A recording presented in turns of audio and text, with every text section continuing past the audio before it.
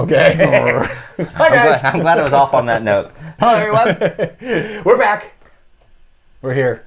Good to see you all. Yes, it's been a minute. It's been a minute. We took a little bit of break, but that's okay because it's a while. You need to take a break for it. Yeah, well, I didn't need to take a break. I had to take a break. I had no choice. I had to work. Yeah. We had things to do. Lots of guitars to fix. So, normally we do these conversations for you guys, and we go through some things conceptually and stuff like that. Today, we're actually going to go a little more than conceptual. We're going to actually go... Oh, no, hands-on. Hands-on. Well, their hands won't be on. No, my hands right. And yeah. Your hands will be on because you'll be playing it. Yes. So what are we doing? Yeah, what are we doing? Well, so what I've been playing here, you see this classic old red Ibanez that I have here. I do. It's a made in Japan model. I forget which the artist series it is, but that's because I'm looking at the back of the neck and not the front. And it's just an RG, isn't it? No. It's an artist series thing. It's. Oh, Prestige? Well, no, not an artist series. It's like a. Hold on. I can't.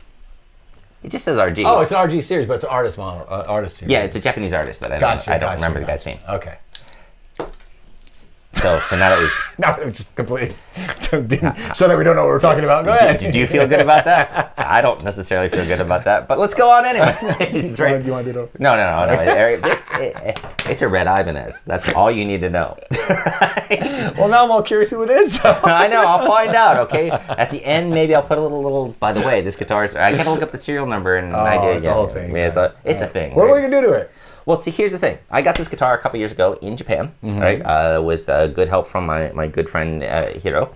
And Hiro helped me when I was there to order it off of basically the equivalent of an eBay type site. And I got the guitar with shipping in Japan to carry it. I think I paid like $200, $210 even with shipping. Kind of can't say no. Tax, license, title, everything. Yeah. Right. And what was fun is that I had another guitar with that I was in a case with me, and so I just unscrewed the neck, put the body in my luggage, and then put the neck in the gig bag for the other guitar. Nice. And that's how I got it, on the plane and through the trains and everything, and then came home, screwed the neck back on, and good to go. So the nice thing about this thing is that it's a beautiful guitar as far as sound and capabilities. It's been beat with lots of love. And what I have a problem with is that there's some electronic problems. There's the tone pot is bad. Spin, spin, spin, spin. I'm bright, I'm dark, I'm bright, I'm dark, right? And bright, dark, bright. That'd be funny if it actually did. I know, if it went up and down. Yeah, right, but it doesn't do that. Okay. Particularly, while I love the sound of the guitar acoustically, electrically, it sounds a little bit fizzy to me on the top end, which might have something to do with the electronics that are broken. It might have something to do with the fact that it could be better, right? Right. If you remember I mentioned a couple times that Les Paul back there, stock didn't sound so good to us. And Jason went through and gutted it, pulled out all the electronics, put new wires in it, put caps, changed all the pots, put new caps and new pickups. Yeah, new pickups, right? And really brought the tone out of it. So we're always on a tone quest. Always a tone quest. Right? Yeah, it's always a tone quest. It's always a tone quest. I mean, even when you think you cheat, you're like, "Oh, this is great." Week later, it continues. It's no matter. Yeah, unless you're Brian May. Well, it's like he one thing tire. It's like. I'm gonna build a guitar out of the fireplace. All right, I'm done. Done. That's it. That's my tone.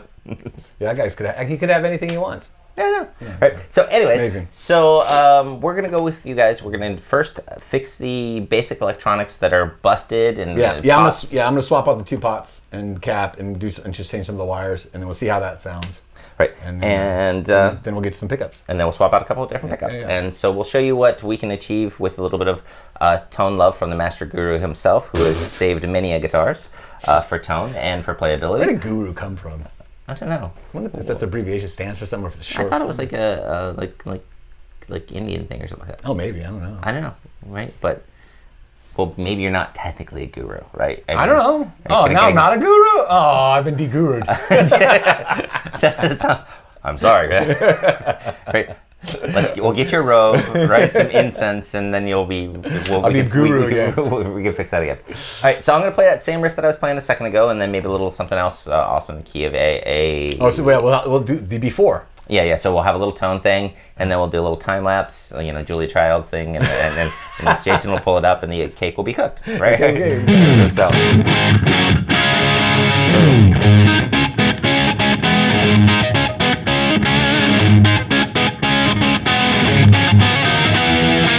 to say something for funny first. Oh, what's that? Right. So that song is a Royal Lush song in my band, right? That we've done forever and ever and ever.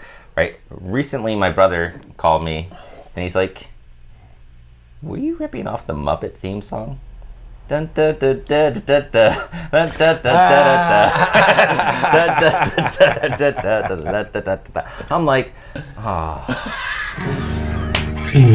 So now that I've said that, you won't unhear that, will you? I'm gonna play something else.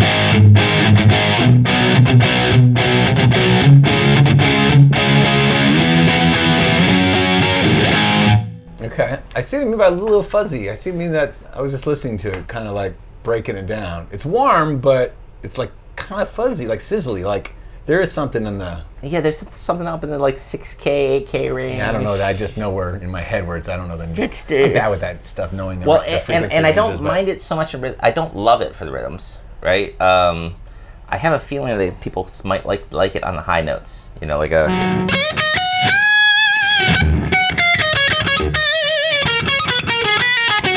Kind of, yeah. I think the thing is that it actually sounds like a little bit. I don't know if it's a possibility, but it just sounds a little bit like it's almost a little neck pickup sounding. Yes. On the bridge pickup. On the bridge. Yeah. Interesting. All right. Well, we're gonna see if we can change this up.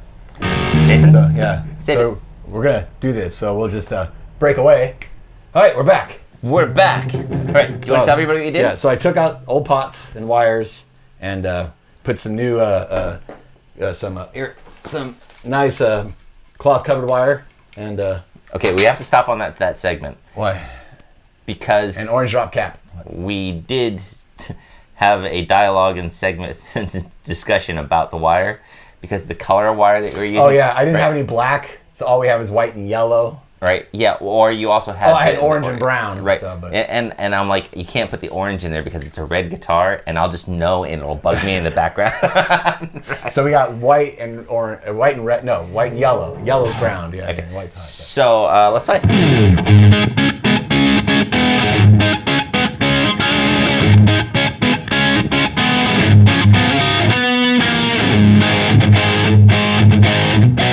How's it?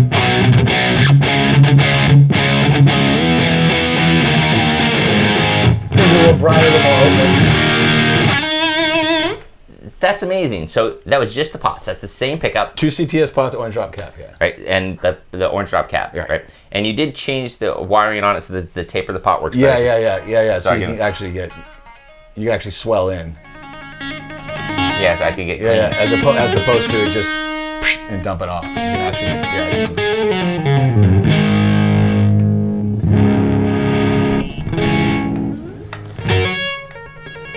Yeah, you can already turn that up. Yeah, now do it. Yeah. It's like a wah-wah.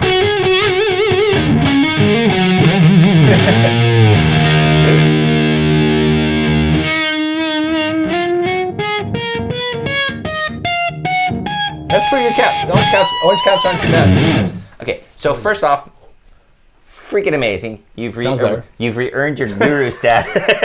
I can now be called Guru, yeah. Guru returns, right? Right. So, I'm but the beer. And well, me too. Cheers. So, this is amazing. So, without changing the pickup, right?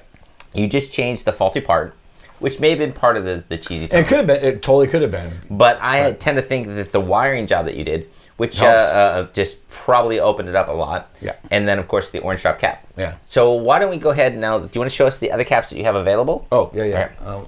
Where are they? Okay. You brought a couple things. Yeah. So and I like how you brought none of the standard cheesy tiny ceramic guys that you would I hate get. those. Yeah. That's what was in there. That's why I just we have the one from the old one. The little green guys, you guys seen those, the little green caps, import models. I mean, they're probably all right. I mean, they do the job, but I don't know. So yeah, so I put an orange drop in there, and then I have a bumblebee, and then Is that a modern Bumblebee? I think it's a reissue. I don't think I have any vintage ones of these. I think that's a reissue. That's gonna be a reissue. Still sound great though. They still sound great. And then I got this is a this is Siemens. Let's see. So. Oh yeah, up there. Yeah, that's a little orange drop. Orange drop? No. That's Bumblebee. No, Bumblebee. Orange drop's in there already. Yeah. That's a different value though. That's another orange drop, but that's a 47. What did you put in there? That's a 22. But it usually goes with humbuckers. I did in case we wanted to try it. It's a 47. This is a 0.05, and that's a 0.47. Just it won't be as heavy. It could be a little lighter if that's tone's too dark. Okay. You can sometimes do that. But then we have, and then I got the Astronaut. That's a 0.02. So that'll be good too. And this is 60s maybe, early 70s I think. When these were 60s, yeah. Okay, so back to that rhythm for a second. Yeah, and this is 70s I think. I'll do the rhythm again, and then we'll cut away, and we'll come back to what do you want to do? Oh wait, and I got these guys too. It's a little new old school Russian caps from the 60s, 70s, early 70s, late 60s. Yeah. Forgot about that guy. Yeah. All right, what do you want to do next? Let's tell them what we're going to do, and then whatever you want to do. Do you want to try another cap? I mean, how's that? Well, like if you told me nothing that you just did that, I'm already thrilled. Gotcha. Right, but let's give them like 2 or 3 options so they can hear it on back at home. Okay. Right, because these are the Tone Quest things that you could possibly do. Yeah, exactly. Yeah, and you can find caps, even new old stock, even vintage ones. You can find old caps all over the place. People name, and there's a lot of great new ones out that are film, oil film caps and stuff like that, and just old funky ones. You can buy reissues. Are great. Yeah, and you want to tell what type of caps they are? Are they ceramic? Are they old? I think these are foil. Mm-hmm. Yeah, they have coverings on them, so I don't actually know, to be honest. Oh yeah, this is going to be that goopy, waxy foil. What do you call it? The oil foil cap type thing. That's what this one's saying. That's what these are. I think this is the same thing. This one's got a weird wrapping on it.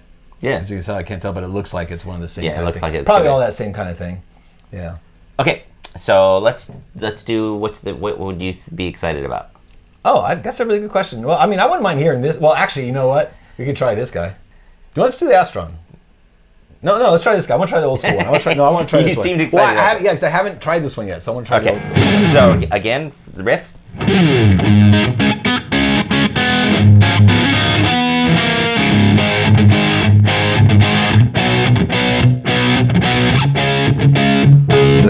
just want to hear how it sounds with off. It's pretty good. It's pretty dark.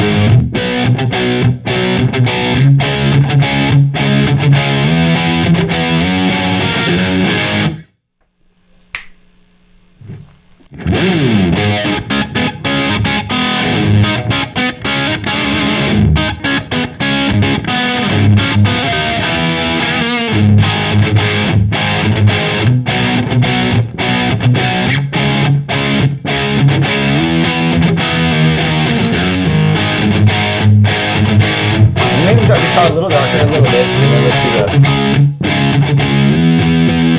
Yeah, it's a lot darker. Oh, but it's got a nice wool to it.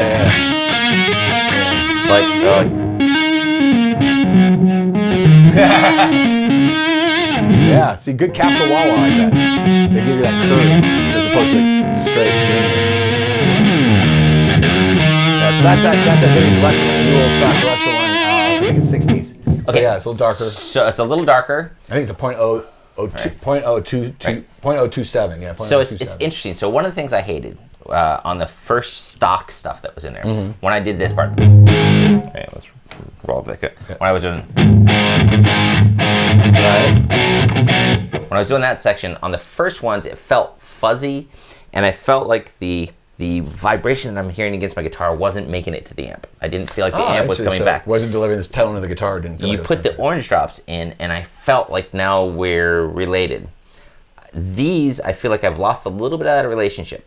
Okay, all right, yeah, it's a different cap. But at the same time, tonally, it's opened up a little bit in a different way. Okay, like it shifted. It shifted a little bit, but I more mids. Yeah, it's a little more mid. And it's definitely darker when you crank that sucker down. That's way heavier. Well, when it's down low, it's. It's like I've got both a wah pedal and a potential to turn this guitar into a fuzz pedal. Right, exactly. Right. So love that. Okay. For different reasons. Right. I think if I had to choose me, right. So far, I think I would prefer the orange drop compared to the two. Sure, I think I would too. But would not be unthrilled with this at all. We could put a push-pull and put them both on so you can have one or the other. Right. All right. So let's go to folks. what are we going to do for the third one? Now let's do the Astronaut. Oh, got to totally try the Astronaut. That'll be a good one. So I don't know how that Siemens is going to sound anyway. So I right. described it. All right. Cool. We're gonna switch it out now and try the Astron. Again, here's the riff. You know.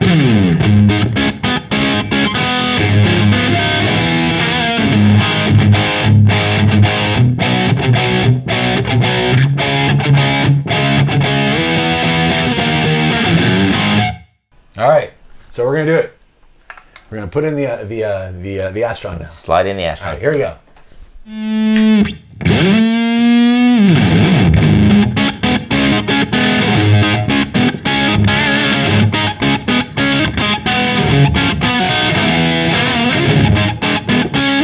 It sounds a little. I think this cat made it a little darker. Yeah. A little like low mids or something's going on. I think the orange drop. I'm thinking it too. So this one got a little bit almost. Yeah. This is the Astron again. If you didn't. Oh, by the way, do you want to turn it on? Not by Yeah. Yeah. See, this one's really dark. It's almost like a neck pickup with a tone roll off. It almost feels Gretches to me. Like a Gretsch? You know the Gretsch switch? Yeah. The tone switch. Right. It's not bad. It's dark. I mean, that's.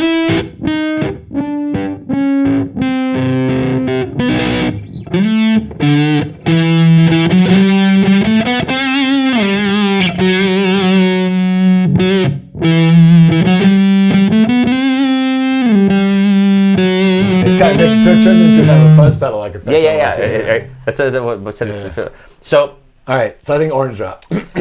So interestingly, if this guitar was only for solos and not for rhythm, that's actually kind of like ignoring the tone function. Oh, so I see what you're saying. Yeah. It's like even here, because it's got a little bit more of that growl in the middle of it, which could be kind of tone.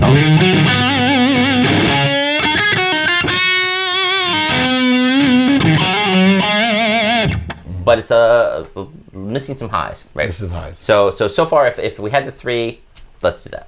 Let's stick with the orange drop. Okay, orange drop it is. Orange drop seems to have the best of both worlds, where it had the openness, the clarity, still worked like a wah on the tone knob. Right. Yeah. Although the second pit, the Russian one, I did a little bit more. That was such a cool like a little bit more on the wah-wah effect. Oh, dude, yeah, it's like I could see myself now totally using that. Right. Because you did that to my Les Paul, and it does that too, right? And it's like. Because that's the only guitar I'll even play with the tone knob because it does something cool. Exactly. It does something cool. Right? Yeah, exactly. But I would have totally played with that. And even with the orange drop, I can still kind of get there. It's still there. Right. But that is freaking cool. So what do you want to do next? Well, let me put the orange drop back in. Okay, so let's go back to orange drop. And then we can swap out a pickup. Okay. Let's do that. I can do both. I'll put them both at the same time. Well, yeah, because we know what the orange drop sounds like because we have recording of that on there. Yeah. So people can go back and reference, and I'll just throw in the pickup. Which pickup you want to put in there? Well, let's talk about pickups. Okay. What pickups do we have? I know you have the Jackson. Yes. And what else did you have? I have that 59 that was rewired by Sanka. Oh, you got to say, okay, you got to say, okay, rewound, okay. And I have the bare knuckles, and... What would you put in this guitar? You're my tone guru. Well, I'd be curious about the rewind. About the Seiko one. I'm so curious about that. Let's put that one in first. I still think you might like the bare knuckles one, maybe too. Well, what's nice about the bare knuckles is that to the audience at home, if they really liked it, they could go home and actually get one. True, yeah. Right. Well, you get a Seiko one; she can rewind. I know, but they'd have to get a 59 broken. Well, yeah, Seymour Duncan and right. The journey is a little different there. The journey's different, right? Yeah. The bare knuckles you can go get. I think that's. I have to think for a second. Trying to remember what the model is. I think it's the Mule, I think, is what it's called. I think it's the Mule. I think it's the Warren Haynes one. I think. Really? Because it's either the Mule or the War Pig, and War Pig I think is supposed to be the Sabbathy one.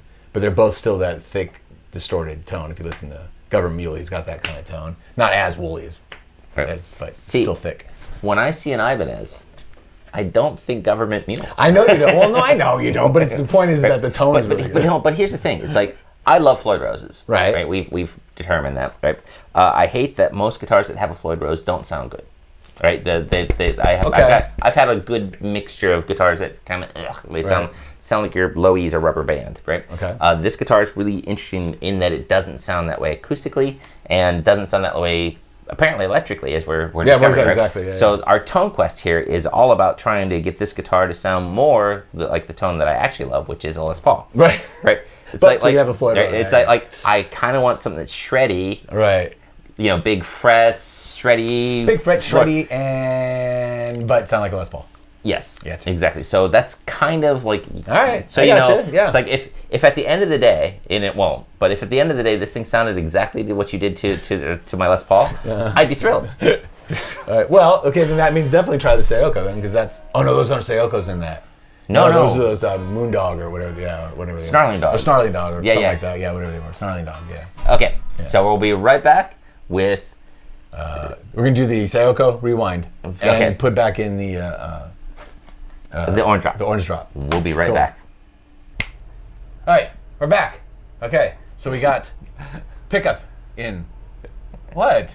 Okay, we'll do it again. I love the finger snap. Well, you can hear it that way. I know. It's He's laughing. All right, we're doing it. Hold on. All right, we're back. We have Seymour Duncan pickup put in.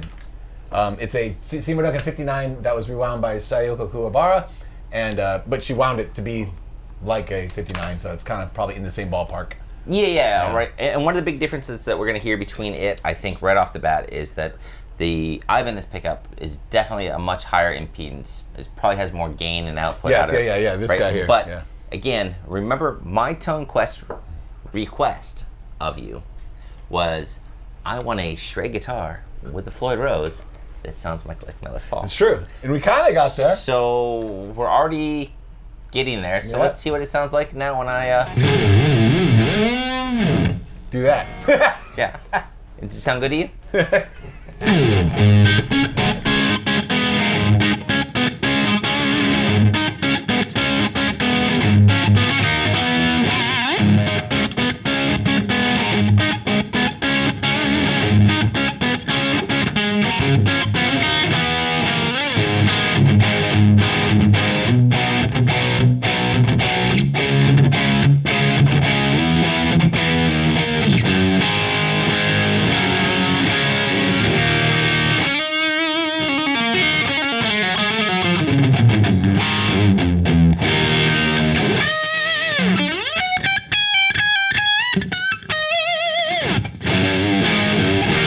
So really interesting. What do you hear? Yeah, well, right off the bat, I hear a lot less low-end murk. Low-end. It's a little more defined on the low end. The definition overall, actually, like it's got low end, but it's tighter. Well, it's not. Is it tighter because it's got less gain? Well, that's the thing it's less compressed.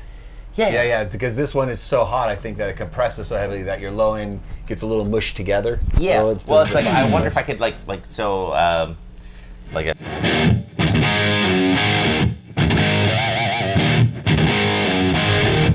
For how much gain you like, you might want to turn it up now that has less gain in it. Well, this is a rhythm channel on this EV8. Oh, okay. But what I like that is that. So sometimes when you get a different pickups, they kind of start to snarl up to when you get higher gain. When you get higher gain pickups, higher output, But see, to me, that has that bright, but not piercing, not painful single tone note. You know what I mean? High notes. Oh yeah, the cap too. Well, it gets dark. Okay, so the cap is working different. Like in the first example when we were using this pickup, the stock pickup. This was the preferred cap, right? Right. Where we almost like the Russian cap a little bit better because it had more of that cock wog. Right. Exactly. I almost miss a little bit of that now. So now with the new pickup, maybe we can put the Russian cap on that. Yes, but let's not change that right now. Change that, we'll stick with that. That's our base. Will be our baseline right now. So how about we go from this to, what was the other pickup you wanted to try? Oh, the bare knuckles. I want to try the bare knuckles one because that's going to be a little higher output, but higher output PAF. As opposed to, I think it's Alnico. So it's a higher PAF. Yeah, I think so. I just can't remember what the model is because when it was given to me, I think it was told to me once, but I don't remember. So. But here's one of the things that I like before you even get there. So on this Tone Quest, I think the first most basic thing is we took a stock guitar and went, let's gut it and put in good parts. Yes. Right off the bat, this guitar, sound like a completely different guitar. Right. Now we're playing with pickups, and so far between the stock pickup and this, there might be preference, but it wasn't as strong of I went from sounding like crap to sounding amazing. It's like, oh, I sound a little bit blue or a little bit red, right? I'm hearing tonal differences now, which is probably because the stuff that you put inside of it is allowing it to open up and you hear the pickup. So you're saying you hear more of a difference when we change the pots and cap versus when we change the pickups? Or difference, I guess. What I heard is that the gutting of it, changing out the cheap cap and stuff like that, made it go from sounding like a cheap guitar to a real guitar. Okay. Right? Now the pickups are changing the real guitar from being more blue or more red. Gotcha, I see what you're saying. Right. So we've stepped it up and now we're shifting around in that world. Yeah, exactly. Gotcha. So far, if I had to say anything, it's like if you had only gutted it and then only changed out the stuff, which is the more inexpensive thing to do. Right, exactly, yeah. The guitar went from just amateur sounding to sounding like a real guitar. Yeah, I mean, a Lily is $20 in parts. $30 the wire, maybe, I guess. Yeah, and ownership of a guru, so another $500 in added to. All right, so let's put the bare knuckle in and see what it did. Yeah. And then maybe once we try the bare knuckle, once we've tried the 3 pickups, we might have a preference of pickup, and then we might need to change the cap back to one of the others. Yeah, right? we might. So everybody, hold on to your asses, Fred. We'll be right back. All right, we're back. All right, I'm almost out of beer. So now we swapped out the where'd it go? The Seymour Duncan for a bare knuckles. Show them because it's got a different cover on it. That one has a cover on it. Okay, so we have to admit to something. Yeah, Jeff might just be fooled psychologically because he loves the cover. Okay, so just like I had a problem with him trying to put the orange wires in, which turns out he did admit in the break there, in between, that the orange wires weren't the good ones. So I chose wisely there, right? We now have a nickel covered casing on it, right? Which we know that I'm an aesthetic creature in that regard. Yes. And except for the fact that the others aren't covered. Yes. I think it looks. I have a silver single coil cover. Okay, so the problem is that you're gonna have to listen to it for yourself because right now I'm gonna be biased to think that it sounds better. Yeah, it's more gain though. So this one's a higher gain than the PAF one is, than the 59. Right.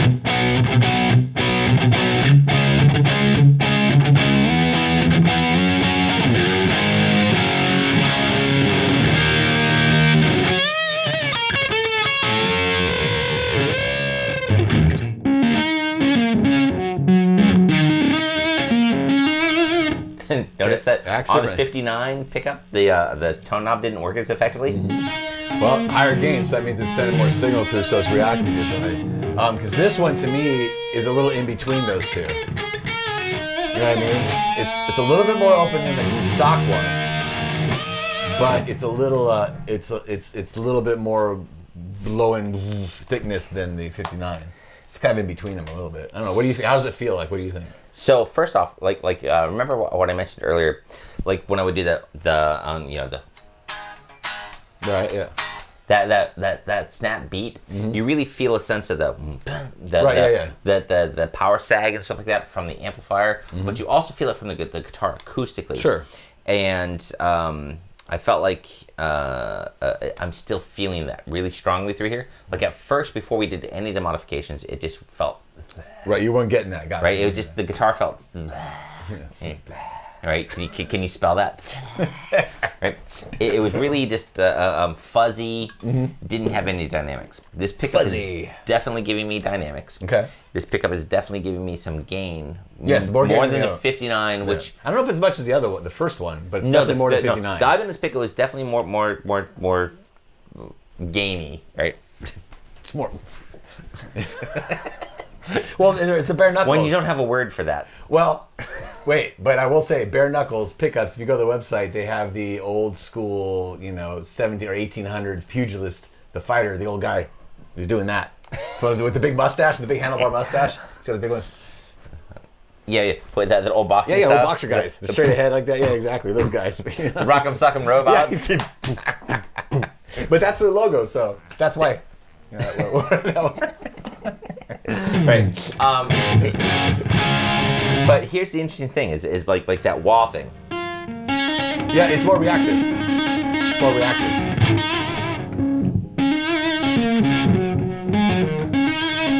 It's more reactive for sure.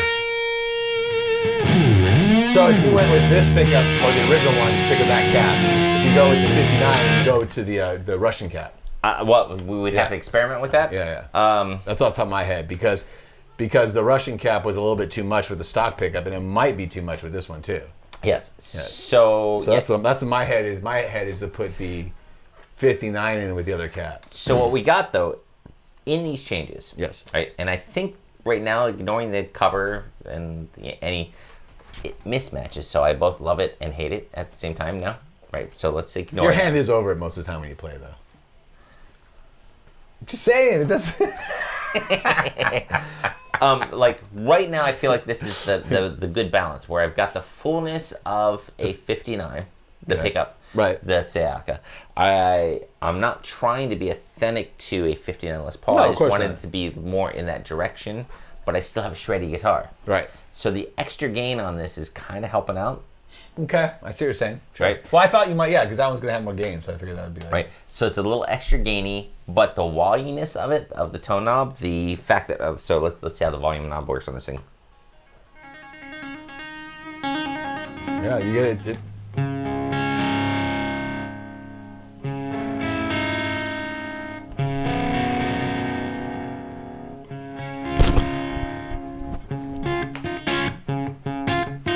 For how much gain you run, too. It's pretty good. I don't mean that as a bad thing. Just saying. You run more gain than I do, that's all I mean. I know, my rhythm channel is like your solo channel. Totally. See,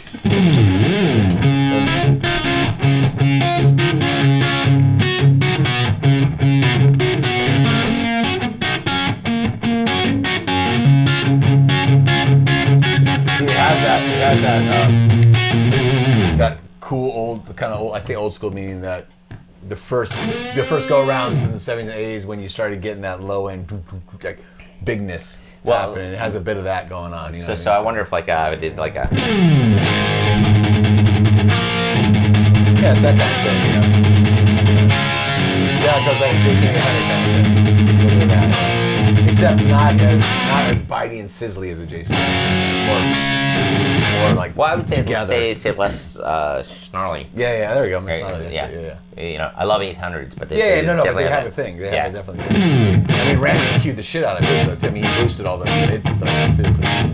Was he not an 800, but a JMP? He's a JMP, but it's the Mark II late 70s master volume. It's the one before the JCM 800. Yes, but the first 800s were just JMPs relabeled. Right, relabeled. It wasn't until the second or third generation. Until they got the added the cap. The diode. Diode kit. So yeah, those are old ones. So, but the ones Randy played though, or those first JCM 800s of that era would have been that same thing. Right. Yeah. Those. I say JCM 800s, but we should have a whole other episode just on JCM 800s.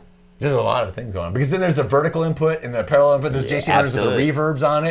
That's a whole other model too. And some of my friends in Japan, they have a JCM 800 from 1985. Okay. It's brown. Okay. With a tan face.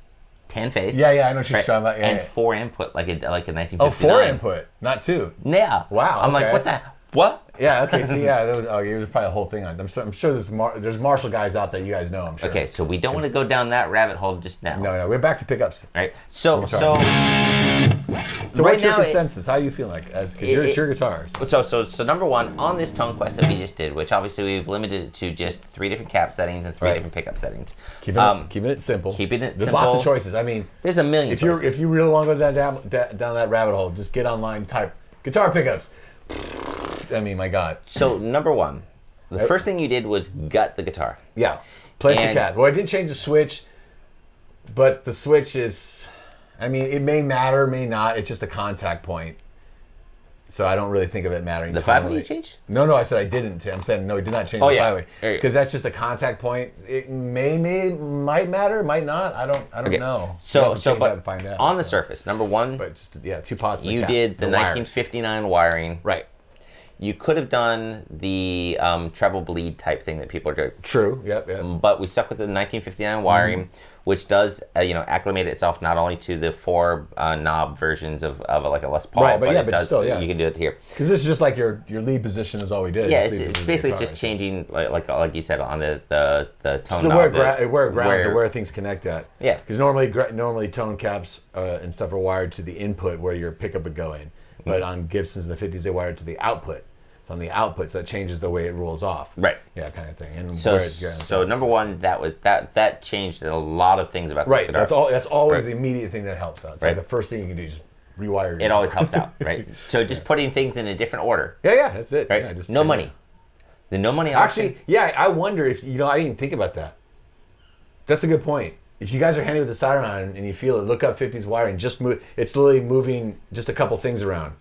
You're just moving a couple things around. Because you round that second leg you just flip the leg ground, and then you cross, instead of running, because normally it's cap on first tab, ground to the back of pot, and then wire run to the first input of the volume.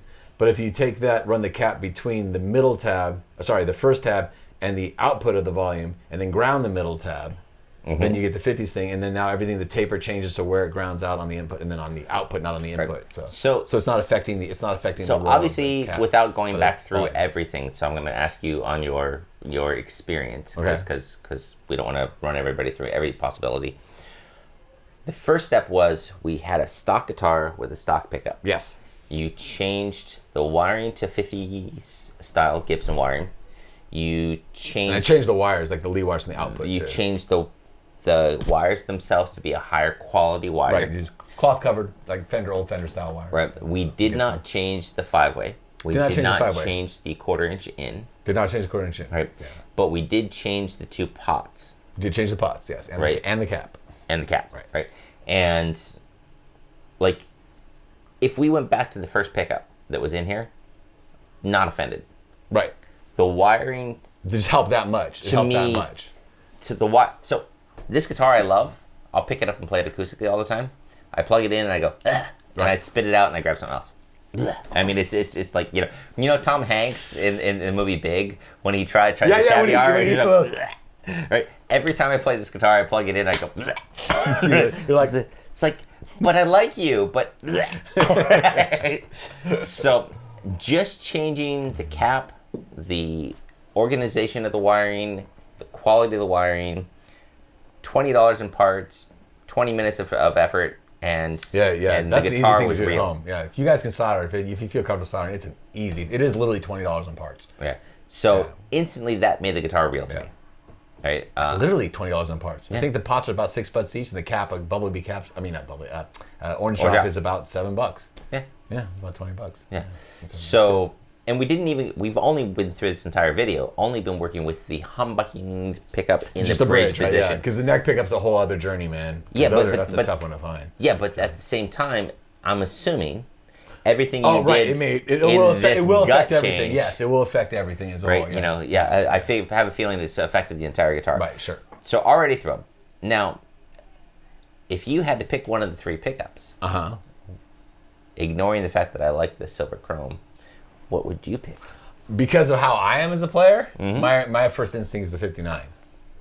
I still kind of like the 59. Yeah, that's just because I don't play with a lot of gain. So to me, I like the less gain effect. And so when I strum a chord, it's more, it's more jing. You get all the ring, get all the notes as opposed to just as a. I feel like the 59 pickup was much more. It's articulate too. Well, and ignoring the fact that my goal was to sound like that guy. It's going to be more along. It sounds like that guy. Right. I like this pickup. Yes. I like the way this pickup is interacting with the tone knob. Right. But I think the 59 is better, but we did run into a problem. What? Well, the tone knob didn't work as well on the 59. Well, we changed the cap, though. Right. So it's a whole other tone quest. Right. See, this is how it goes. The rabbit hole just keeps bigger and deeper, and you just... before you know, you're looking up. Have you ever been in the TARDIS? Exactly. It's bigger on the inside, man. I swear to God. You're like, I'm going to go down this journey, and you just step through into the journey, and all of a sudden you're just like, what the hell? So we could snowball on this for days. Well, yeah, I mean, the reality is what you like. So we've showed them the differences. And I can just wire it up for you however you want it, but, you know, the point is that you heard what different caps, you know, can do to that stock thing. And then when we changed the pickup, how that cap that we left in there reacted with it. So, I mean, technically we could change all the caps out on each pickup. That's a lot. That's I think it's confusing. The combinations become pretty much endless. Yeah. But again, what I'm more tripping out on is stock guitar, no quality. Oh, right, yeah. Right. It's amazing. Yeah, just change it. Change to better stuff, quality. Mm-hmm. Now just preference. Yeah, exactly. Once you get up in this area where everything sounds good, they all sound good. Yeah. It's just where are you going to go, as opposed to God, this thing is just not. No, it's like you know, trying to find typically it's like buying cheap tequila. Right, you can try all of them, and they'll all taste like cheap tequila. Like tequila, no matter what. Once you get past the threshold, then then it's preference. It's exactly right. Yeah. Well, guess what?